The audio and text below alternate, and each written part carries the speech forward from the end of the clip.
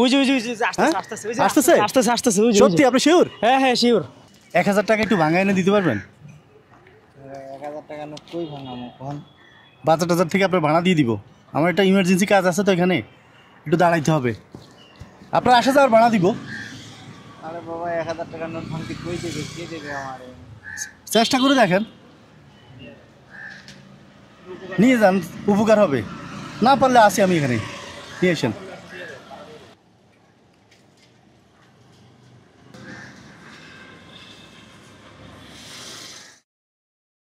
কি করবেন? 1 ঘন্টা তো শেষ। সন্ধ্যা হয়ে যেতেছে, এখন আসতেছে না। থাকবেন না চলে যাবেন? দেখি আরো 10 মিনিট ওয়েট করি। হ্যাঁ, মাগরিবের আজান দিয়ে দিবে, আসরের পরে গেছে। ওই যে আসতেছে। সত্যি আপনি শিওর? হ্যাঁ শিওর। আমি তো ভুলে গেছি, 1 ঘন্টা চেহারা ভুলে গেছি। উনি তো। চাচা এতক্ষণ কি করছেন?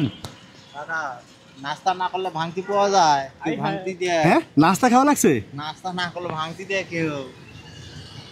পাইছেন ভাঙতি? 8 9। ওরে আল্লাহ, কত টাকার নাস্তা খাইছেন? টাকা এই কথা বলা লাগবে না। না, নাস্তা কত টাকা খাইছেন? না রে বাবা জান।